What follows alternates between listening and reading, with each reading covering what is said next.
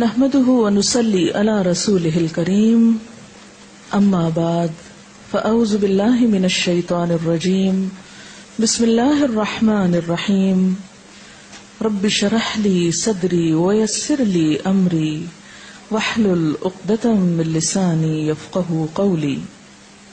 اللہ تعالیٰ کا لاکھ لاکھ شکر ہے جس نے ہمیں اسلام کی نعمت سے نوازا، زندگی گزارنے کے بہترین طریقے ہمیں سکھائے، مختلف اوقات اور مختلف مواقع پر کی جانے والی عبادات، اس کے بارے میں بھی واضح ہدایات اپنی کتاب اور اپنے حبیب محمد صلی اللہ علیہ وسلم کی سنت کے ذریعے ہم کو عطا کی۔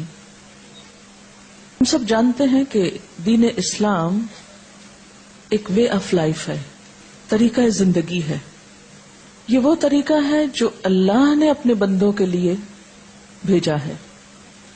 اس طریقے کو اختیار کرنے والے، اس طریقے کو بنانے والے خود انسان نہیں، یعنی یہ طریقہ ڈیوائز کرنے والا خود اللہ رب العزت ہے۔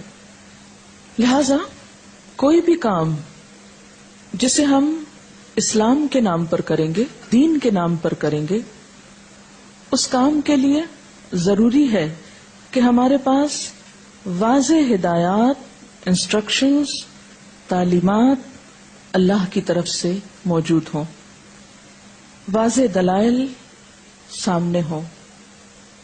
واضح دلائل میں دو بڑی چیزیں آتی ہیں، ایک قرآن حکیم ہے کہ کسی بھی کام کے کرنے کے لیے قرآن حکیم سے رہنمائی حاصل ہو، یا پھر حضور صلی اللہ علیہ وسلم کا طریقہ کہ کسی بھی کام کو آپ نے کس طرح کیا، اس کے بارے میں آپ نے کیا فرمایا۔ چونکہ یہ ماہ شعبان ہے، یہ بھی بابرکت مہینوں میں سے ایک مہینہ ہے، تو ہم دیکھیں گے کہ اس کے بارے میں قرآن حکیم اور سنت نبوی صلی اللہ علیہ وسلم میں کیا ارشادات ملتے ہیں کہ اس مہینے میں ہم کو کیا کرنا چاہیے۔ اب دیکھیے کہ عبادت کی اصل غرض کیا ہوتی ہے، اللہ تعالیٰ کی خوشنودی حاصل ہو، اور اس کو خوش کرنے کے لیے وہی کام کرنا ہے جو اس کو پسند ہے، یا اس نے بتایا ہے، یا اس کے ہاں وہ قبول ہو جائے، کیونکہ اجر اور ثواب ہم کو وہاں سے چاہیے، کسی انسان سے نہیں۔ یعنی دین کے نام پر ہم جو کچھ بھی کریں گے اس کا اجر اور ثواب اللہ تعالی سے امید رکھیں گے۔ لہذا ہمارے ہر کام کے پیچھے نیت اس کی رضا ہو اور طریقہ اس کے بتائے ہوئے قاعدوں کے مطابق ہو۔ جب ہم ماہ شعبان کے بارے میں قرآن پاک کی طرف رجوع کرتے ہیں تو ہمیں کوئی خاص آیت اس کی فضیلت کے بارے میں نہیں ملتی۔ مثلا رمضان المبارک کے بارے میں قرآن پاک میں آتا ہے، شہر رمضان الذی انزل فیہ القرآن۔ رمضان کی ایک رات لیلۃ القدر کے بارے میں بھی آتا ہے کہ لیلۃ القدر خیر من الف شہر، لیکن شعبان کے بارے میں کوئی ایسی آیت نہیں آتی۔ زیادہ سے زیادہ اس کی فضیلت کے بارے میں جو چیزیں ہم کو معلوم ہوتی ہیں وہ احادیث سے ہیں۔ احادیث میں ہم دیکھتے ہیں کہ اس مہینے کی جو مخصوص عبادات بتائی گئی ہیں وہ روزے ہیں۔ حضرت اسامہ بن زید رضی اللہ تعالی عنہ بیان کرتے ہیں کہ میں نے عرض کیا، یا رسول اللہ، لم اراک تصوم من شہر من الشہور ما تصوم فی شعبان، قال ذلك شهر يغفل الناس عنه بين رجب ورمضان وهو شهر ترفع فيه الأعمال إلى رب العالمين وأحب أن يرفع عملي وأنا صائم۔ حضرت اسامہ بن زید رضی اللہ تعالی عنہ بیان کرتے ہیں کہ میں نے سوال کیا، اے اللہ کے رسول صلی اللہ علیہ وسلم، میں آپ کو کسی مہینے میں سوائے رمضان کے اتنے روزے رکھتے ہوئے نہیں دیکھتا جس قدر روزے آپ شعبان میں رکھتے ہیں۔ آپ نے فرمایا کہ لوگ اس رجب اور رمضان کے درمیان والے مہینے کی فضیلت سے غافل ہیں، حالانکہ اس مہینے میں لوگوں کے اعمال اللہ تعالیٰ کے سامنے پیش کیے جاتے ہیں۔ میری چاہت یہ ہے کہ میرے اعمال اللہ تعالیٰ کے سامنے میرے روزے کی حالت میں پیش ہوں. یہ روایت جو ابھی میں نے آپ کے سامنے رکھی یہ ابو داؤد اور نسائی کی ہے.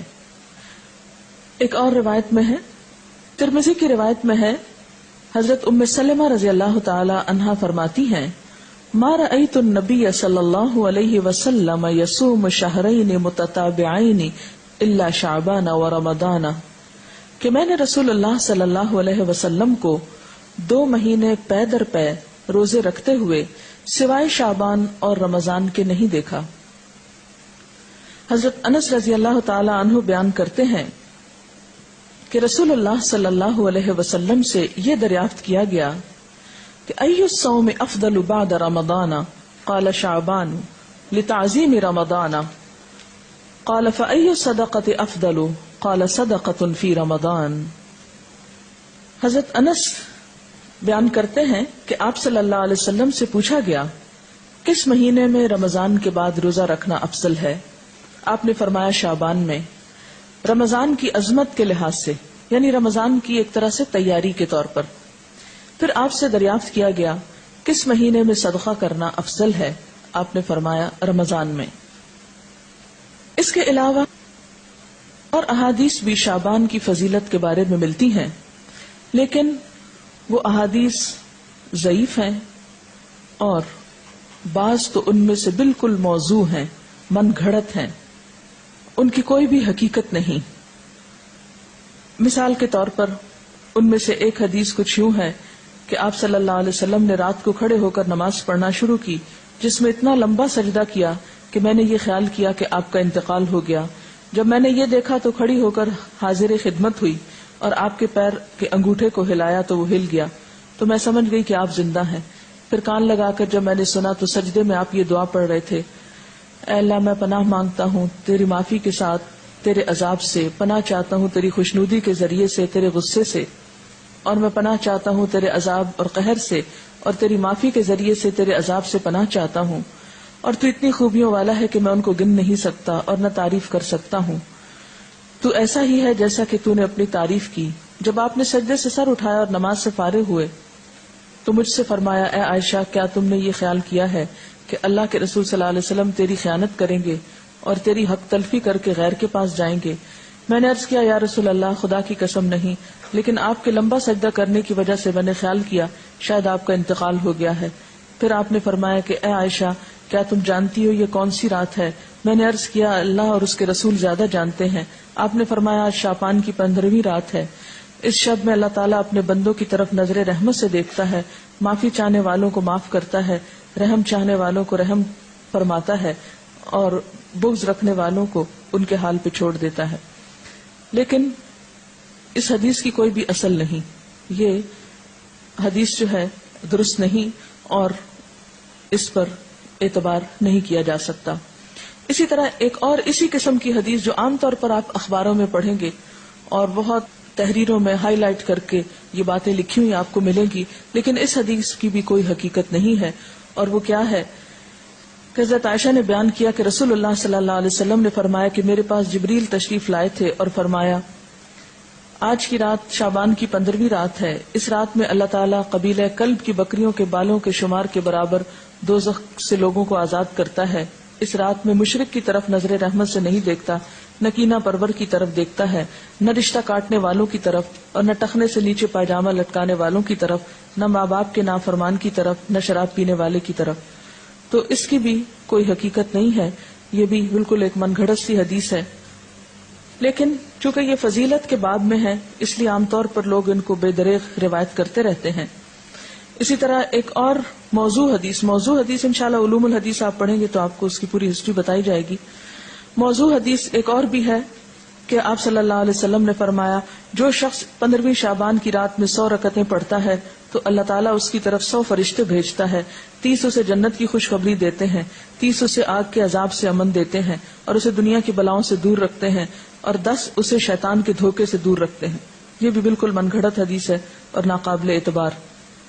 اسی طرح ایک اور روایت بیان کی جاتی ہے کہ شعبان کی 15ویں رات میں جو شخص 12 رکعت نماز پڑھے گا، ہر رکعت میں قل هو اللہ 30 مرتبہ، وہ نہیں مرے گا تا وقت اپنا ٹھکانہ جنت میں نہ دیکھ لے. Is it possible? کہ کوئی شخص یعنی جنت دنیا میں دیکھ لے، کیونکہ حدیث میں آتا ہے کہ وہ ایسی جگہ ہے کہ کسی آنکھ نے اس کو دیکھا ہی نہیں، کوئی دماغ اس کا تصور نہیں کر سکتا، خواب میں بھی کوئی نہیں دیکھ سکتا، تو کہاں یہ کہ وہ دیکھ لے. یہ بالکل من گھڑت سٹوری ہے اور ناقابل اعتبار. اور اس کی سفارش اس کے گھر کے 10 جہنمیوں کے بارے میں قبول کی جائے گی. آپ خود سوچیں ذرا اس کی حقیقت پر کہ ایک شخص ساری زندگی 5 وقت نماز پڑھتا ہے، صدقہ خیرات کرتا ہے، جھوٹ سے بچتا ہے، حرام سے بچتا ہے، اس کے بارے میں تو کوئی ایسی خوشخبری نہیں سنائی گئی. اور کہاں یہ کہ ایک شخص ایک رات میں کھڑے ہو کر ایک رکعت میں 30 دفعہ قل ہو اللہ پڑھ لے اور اس کے لیے اتنی بڑی بشارتیں کہ وہ دنیا میں ہی جنت دیکھ لے اور 10 گھر والوں کو بچا لے کہ جن کے بارے میں جہنم کا فیصلہ ہو چکا.